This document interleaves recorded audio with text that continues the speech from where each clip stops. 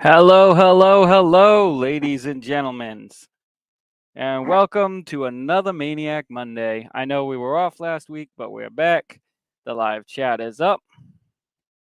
Had a little bit of technical difficulties because Twitter, aka X, can kiss my ass. Sorry, did I start too strong? No, apparently you need to have a premium account with them now to go live all of a sudden. So I will not be live on that. But it's okay because we're on YouTube where it matters and on Facebook. Y'all catching me? You can comment along. We will try to connect and talk as we go. I'm just getting this all revved up so that I can see the chat as we have this going along, and we will go from there. Alrighty. So I think I'm into the chat. I'm good with that. Good with that in the chat. Chat and that and that and the hat. Chat in the chat. What am I talking about? So we were off last week because I had a whole bunch of craziness going on, and it just, it didn't happen. Unfortunately, it didn't happen. But we are back. So let me start off right. We're a little bit dragged in, okay? I know it's like 3 minutes in and we're just getting started, but so let me say good evening, everyone. Welcome to tonight's live stream where we're going to be talking about the real paranormal investigations, things that I've been involved in throughout my life. I may not have gotten all the limelight like the wrestling and the music, but it's definitely been a part of my life, and it's definitely been something that's been interesting and something that I'm looking to share more about. We did a quick one about this before. We're going to do another one today, half-hour live stream. I'm promising you we're not going over. Also stay tuned because I believe that we're going to be doing a live stream on the Broken Rose Entertainment page soon. Updating you on all of that stuff. Of course, Broken Rose Entertainment brings you all this craziness. I'm Alex the Maniac. You can check my YouTube page out. That's the one that you're watching right now, or you might be watching it on Facebook. Broken Rose Entertainment is where it all comes from, as I said. Keep an eye out because aside from the Broken Rose Entertainment and me, you also have. Oh, what I push? I pushed a button. I don't know what happened there. Okay. The Eddie Monster is going to be going live sometime in the near future. I know he's got some plans going there, so I'll update you on my page if I see something going on that. And what we're talking about today, the Paranormal 7. You can follow all their stuff as well. Somebody just asked for the link. Hold on. Uno momento.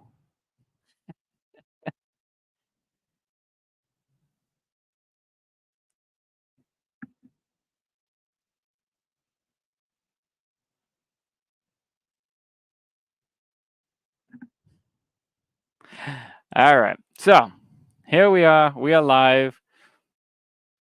And I thank you all for joining. There's a few of you here.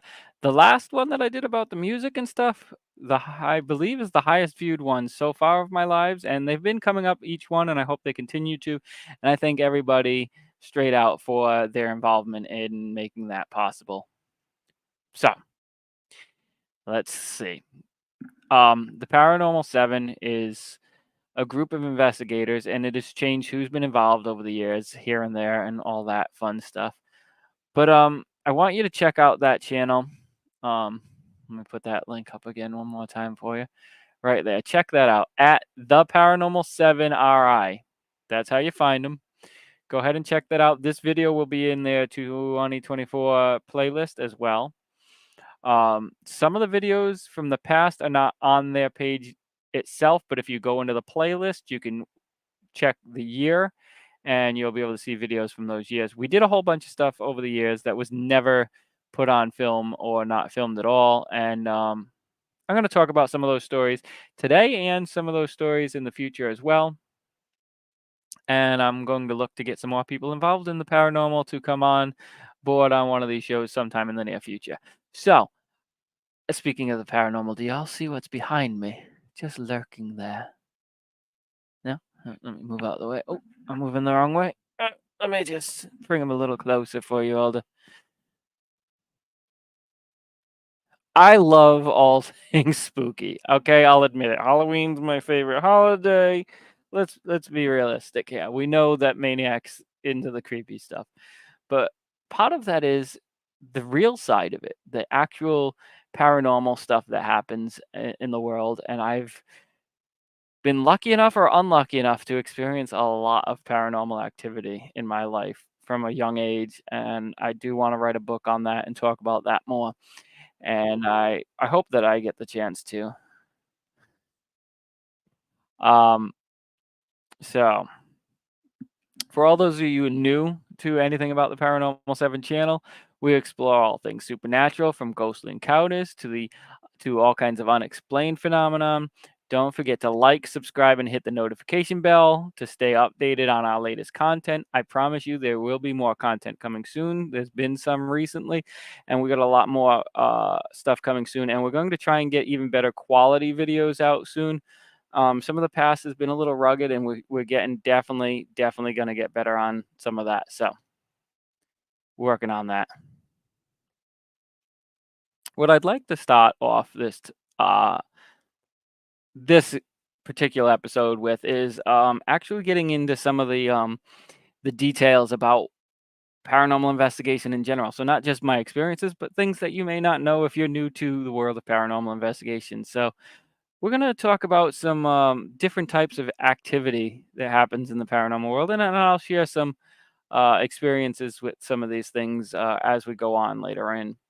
So, I mean, number one is the most obvious. You're talking ghosts and spirits. Ghosts are typically considered the spirits of deceased individuals who remain in the physical world for various reasons. They can manifest as apparitions, voices, or even physical sensations like cold spots. Um, and I think that's something I've definitely experienced more than my fair share of times is situations where you walk into an area and it's like, wow, where'd that sudden coldness come from, and or sensations that you have run through your body and things like that. Um, so yeah, I've got the camera in a new location today. I hope that it doesn't mess us up too much, but it's rollable today. Um, we'll see how that works. I don't know if it's too low of a height, too high of a height, too awkward of a height, too far away, too close. I don't know, but you all can let me know. And I will try to keep my self checking out the chat every now and then to see if anybody's talking about it. Nobody yet, so that's cool. Cool. At least not on this end, but let me check over there because I know that's further away. But the one I'm checking is the YouTube one on the big monitor up there. I've got the one that is going to bring in any comments from anywhere, whether it's on the Facebook or the YouTube stream. So there we go. There's a couple of you here right now, and I thank you for being here. So, number two types of activity, the many shapes and forms, each with its own unique characteristics that we're going to talk about, would be poltergeists. Poltergeists, or noisy ghosts, as it translates over to, are known for causing physical disturbances such as moving objects, making loud noises, and even interacting with people in more aggressive ways. These entities are often associated with specific individuals, especially adolescents. Poltergeist, aside from just the movie Poltergeist, I mean, that's an obvious. But I think when you talk about hauntings and stuff like that, you see a lot more horror and paranormal stuff geared towards that specific type of manifestation is the poltergeist, the troublesome entities. Along with residual hauntings. That's number 3, and that's something that is also another thing that kind of pops up here and there in film, um, and in real investigations. A residual haunting is like a tape recording of the past. It's got events playing over and over again. These hauntings typically do not interact with the living and are often tied into a specific location where a significant event occurred. So maybe something traumatic happened and they're reliving that traumatic event over and over and over. Can you imagine being caught in that kind of time loop? There's also some old ghost town areas where, there's locally, there's the remains of where there used to be a community that there is no more other than a couple stone foundations and stuff. There's very little left that would even tell you it's in the middle of the woods, that there was once buildings or anything there. But stuff like horse-drawn carriages and stuff have been heard, and bells and things like that, and it seems to be like on a loop. Like, this city is just continuing to live in this time loop over and over again, just doing their normal daily routines, just like a record where you just got that needle running through the tracks and just playing that thing over and over again. It's like it's just been etched in. And an interesting fact I found out at some point, I forget when it was, is the things like making a record you could do with other things. You can actually record into, like, say, you're making a vase or something, and when you're molding it and you have something dragging, and it can actually pick up the audio. It's weird. Um, Anyways, I'm getting off topic. Um, so shadow people would be number 4 topic of activity. Shadow people are dark, shadowy figures that are often seen out of the corner of the eye. They are usually described as humanoid shapes that move quickly and can evoke a sense of fear or unease. And maybe part of that fear and unease just comes from the fact that you're not getting a good sight. I mean, what are they doing? Lurking and hiding in the shadows and whatnot, right? Um, I've had my experiences there as well. Demonic activities, number 5. And demonic entities are considered non-human spirits with malevolent intentions. They are often associated with possession, extreme physical and psychological disturbances, and require more serious intervention to address. You see things like um, The Exorcist, movies like that would be talking about things of demonic nature. Um,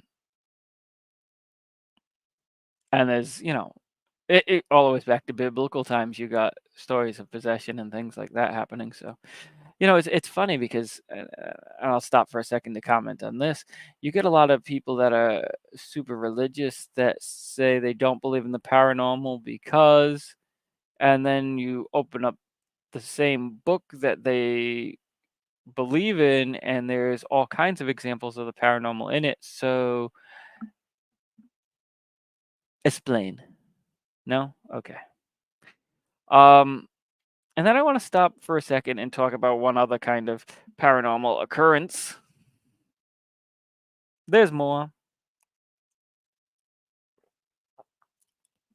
I mean, we're not even getting into supposed mythical creatures and things of that sort. The Bigfoot sightings, the Loch Ness monster, all of that. That falls under paranormal as well. We're not going to get into that right now. A lot of people tend to fall into the quick assumption that paranormal is just about ghosts and hauntings and demonic and da da da da da da. But there's the other end of the paranormal research also touches on what I just mentioned. Those kind of folklore and creatures, Mothman, and the other type of things that I mentioned, the Jersey Devil, etc., etc. Chupacabra, and I could go on and on that. But another form of paranormal investigation stuff and of the paranormal community that a lot of people don't always associate with paranormal, but it is part of that. It's the other side of it is things having to do with life outside of Earth or visiting from outside of Earth. I'm talking about UFOs, alien abductions, and sightings of those sort. And I've also, when I talk about my experiences with the paranormal, it kind of crosses all over the place. And I've been, like I said at the beginning, lucky enough or unlucky enough to have experiences in a broad range of different styles of paranormal activity, and that's one of them. And I think I want to get into that topic a little bit and a little bit, a little bit and a little bit. So we'll come back to that. I want to talk though about some industry terms and tools. We've got about 15 minutes left. I'm keeping an eye on the time because I don't want to go over today. I want to keep these videos at about a half hour unless I advertise otherwise. I will be doing an hour-long video sometime in the near future. Not exactly sure when or which topic that's going to come to, but we've already kind of been talking about it and working it behind the scenes, so we'll come back to that soon. And that might be partly just to make up for the fact that we missed last week. So we'll get back to that. And by the way, this was the topic for last week, so we're just going to continue everything just pushed back a week at this point. Although there may be some other changes to the schedule, I will put it up on my Facebook, and I might even do a short video in the short section on YouTube to let you know what the schedule's looking like as well. So industry terms and tools, I think this is an interesting thing to talk about. We're going to talk about paranormal stuff in multiple live streams and stuff. So I think I want to do this as, even though I've done one paranormal live stream already, I think this one is really to cohesive talk about it. And I want it to be a tool to be able to use to say, like, if you're starting to follow the Paranormal 7 or you want to follow my talks about the paranormal, this video I think is a good indication of here's some of the terms, here's some of the thought behind it. And this way you kind of know what I'm talking about in those future videos as well. And I can send people back to it if they have questions and be like, well, maybe watch this first, and you get a little idea. So we're going to talk about some common terms here to familiarize ourselves with, involved in the paranormal investigation industry. EMF. When we're talking about EMF, we're talking about electromagnetic field. EMF fields are believed to be influenced by paranormal activity and entities. Investigators tend to use EMF detectors to measure fluctuation in electromagnetic fields, which could indicate a ghostly presence. They can also be caused by other normal scientific things. We can get into all that at some other time as well, and what exactly it's sensing or could be sensing. EVP, this is another very common term to talk about. And maybe you've heard people talk about it in shows like Ghost Hunters or in movies where they do paranormal investigations. And EVP, though, if they never mentioned what it is talking about electronic voice phenomena. Phenomenon. EVP is the recording of voices or sounds that are not heard by the human ear during the recording, but are captured on audio devices. These voices are often analyzed and interpreted as communication from spirits. Sometimes there's rational explanations. A lot of the times there's not. And it can be something from a voice or a sound. We caught some at lad school that unfortunately, some of the videos deteriorated, but there were some voices and stuff that we picked up at lad school that it still kind of freaked me out. When we first watched it back, hearing things that we hadn't heard there that were going on during the time that we're having normal conversation, it was kind of sent shivers up my spine. An apparition. Apparition. An apparition is a visual manifestation of a spirit or ghost. It can range from vague shape to a fully formed lifelike appearance. You may talk about something that's kind of got like a see-through-y, translucentness to it, or it might be fully visible. An orb. When we're talking about orbs, and this comes up a lot in photos and videos, they're spherical light anomalies that appear in photos and videos. While some believe they represent spirits, others argue they are merely dust particles, insect reflecting light, or some other kind of defect with the original film, if it's in film form, or even digital glitches. But they tend to show up in paranormally active areas, so there's some argument. I think not every orb that you see in a picture or video is paranormal, but there are those that I believe are. Cold spots we talked about already. Uh, Sudden localized drops in temperature, often associated with paranormal activity. Investigators use thermometers and thermal cameras to detect these anomalies. My tongue's not working for me today at points. Sorry, people. Um, some tools used in investigations to investigate these phenomena. Um, let's go over some of them. The EMF detectors, as mentioned, EMF detectors help measure electromagnetic field fluctuation. Popular models include the K2 meter and the Mel meter. Digital voice recorders. These are essential for capturing EVP. Investigators review recordings for any unexplained voices or sounds. I've always found it interesting to not always just use digital. I mean, that's a go-to nowadays is the digital voice recorders, but I also like the analog as well. And I found when we were filming at Lad School that we picked up different things with analog and digital, and so that's interesting. I think sometimes the more new age and digital content you have, or tools that you have, sometimes may actually interfere and cause you less results, where sometimes the analog may not be as um, intrusive. Spirit boxes. A spirit box rapidly scans radio frequencies, creating white noise through which spirits are believed to communicate. I don't have a lot of experience with the spirit boxes, but I know that is a thing that is being used. Thermal cameras. I'd love to do some work with thermal cameras. I have not had that opportunity yet, but thermal cameras detect variations in temperature, helping you to identify cold spots and potential apparitions. Motion sensors. Little bit of experience with some motion sensor stuff, where that can alert an investigator that movement in an area where no human activity is present. Night vision cameras. I've had some lesser end night vision stuff that we've used, but I'd like to get into some more high end night vision. These cameras allow for recording in low light conditions, making it easier to capture evidence during nighttime investigations.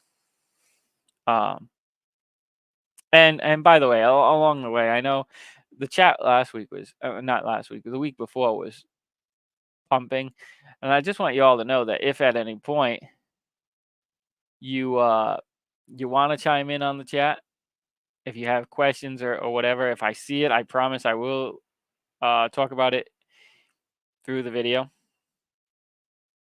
Um, but if not, please, you can also don't feel like, oh, I missed the live stream while it was live, I can't comment on it. Don't feel that way. Feel free to go ahead and comment on these videos after, say, a week from now you watch this video for the first thing, a year from now you watch this for the first time. Feel free to comment, and I will always try to get back to any questions or comments as best as I can. And I always thank you for interacting. Of course, that also helps the YouTube algorithm. If you don't know anything about the algorithm, the more likes, the more comments, the more subscribers you get to your channel or from a video or views, the more likely YouTube is going to push that content out. When when you're searching on YouTube and you see a random thing from somebody you've never seen before, that's why the algorithm will push things, and it tries to push it towards you based on what type of content you usually watch, what your likes are opposed to your dislikes, and it tries to push things in that general direction. So liking, commenting, and subscribing helps me to help get this content out to other people who might be interested in it as well. So, there's that.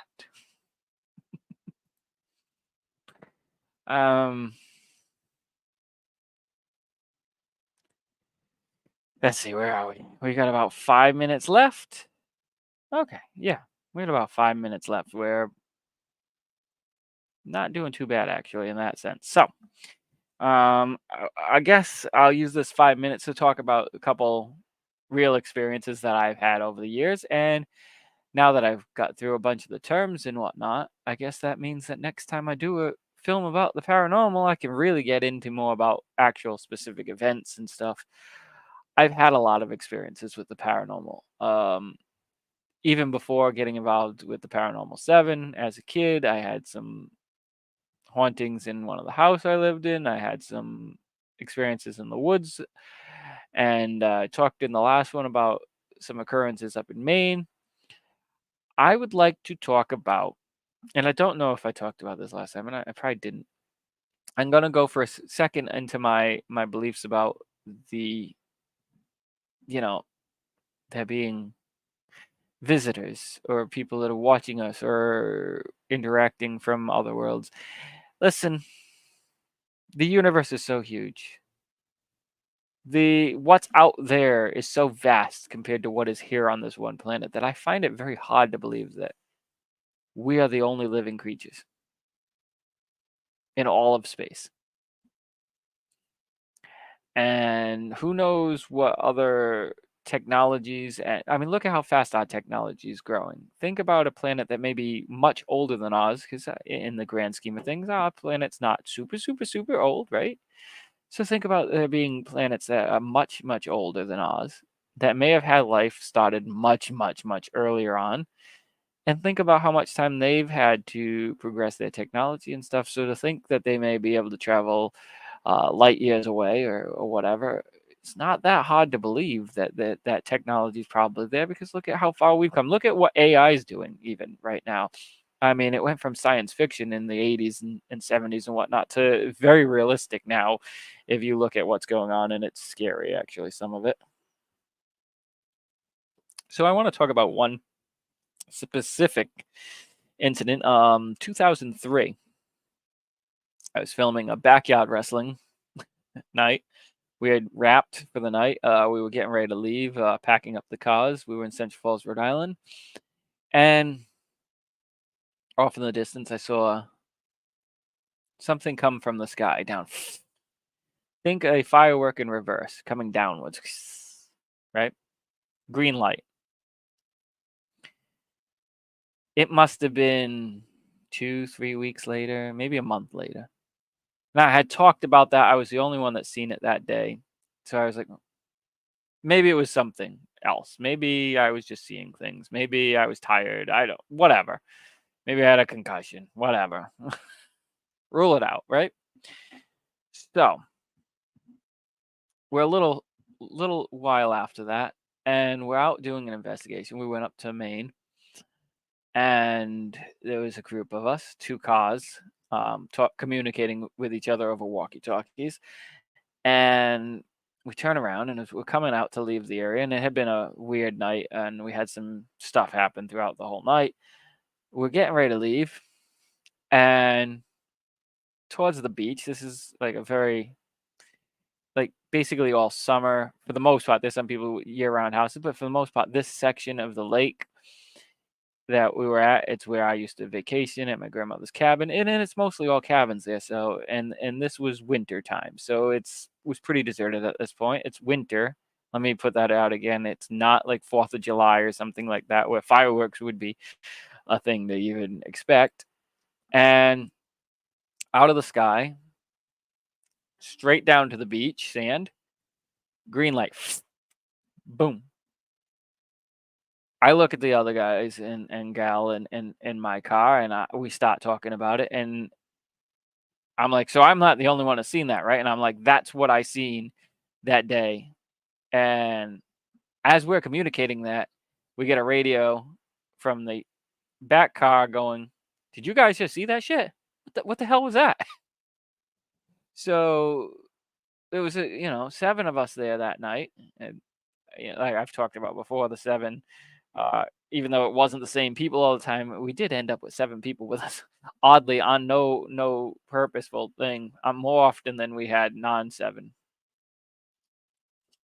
So, and that night and multiple times, we had feelings like something was watching us and following us along as we drove along, watching from the woods, watching from the trees.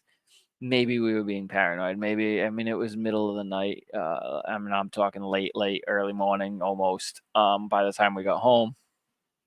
So maybe it was that. But there was multiple times, like, Riverside, we had something that we swear was following us along through the woods as we were walking the beach there. And that is a situation we've found ourselves with it, and sometimes hearing the movement. Maybe it's an animal, maybe, I don't know. But that's something that's interesting and that we've experienced, and I wanted to share with you. Um,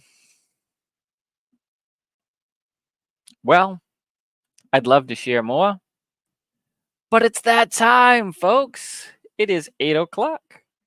And as we know, this show runs from 7:30 to 8 p.m. So I'm going to have to start getting ready to say goodbye. I'm going to again put the YouTube page up for the Paranormal 7. That's all the time we have for tonight. I hope you enjoyed this deep dive into the paranormal investigations and learned something new about the tools and phenomena that we encounter in this field. Like, subscribe, hit the notification bell if you don't want to miss any updates. Do that on my page. Do that on the Paranormal 7 page. Do that. That's my page there that you're seeing. Do that on the Broken Rose page. Thank you so much, as always, for joining me. I appreciate it. I appreciate any of the likes and views and all that stuff.